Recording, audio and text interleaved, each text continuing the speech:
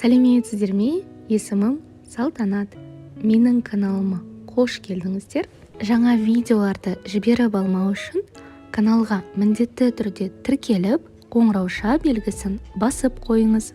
Ал бүгінгі видеода мохито дайындаймыз. Мохито үшін ең алдымен қантты сироп дайындаймыз. Отқа қоятын ыдысымызға 300 грамм қант, 150 грамм су құямыз.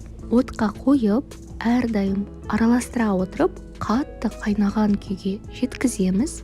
Кейін ең баяу отта 30 минут ұстаймыз.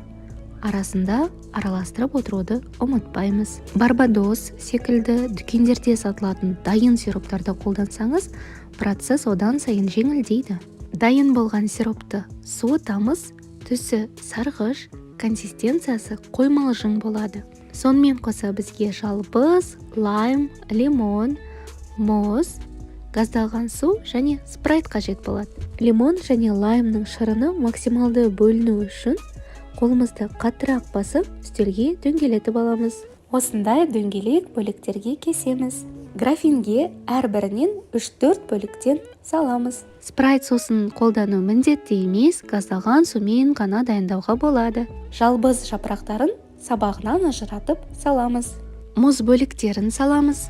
Дүкендерде сатылатын құлпынай қарбыздан бар дайын сироптарды қосып, мохитоның дәмін ерекшелендіруге болады. 1,5-2 литрлік графин үшін дайын сироптан 100-150 мл қажет болады. 2 графин мохито дайындаймын, сироптың жартысын қостым. Графиннің жартысына дейін газдалған су, графин толғанша спрайт құямыз, мұқият араластырамыз.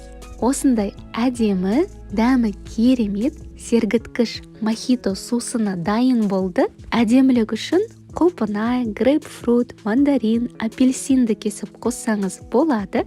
Ал бұл жердегі лимон, лайм, жалбыз, мұз, газдалған су база болып табылады. Мохитоның классикалық түрі осылай дайындалады. Міндетті түрде дайындап көріңіздер. Амандықта, жақсылықта жүздескенше.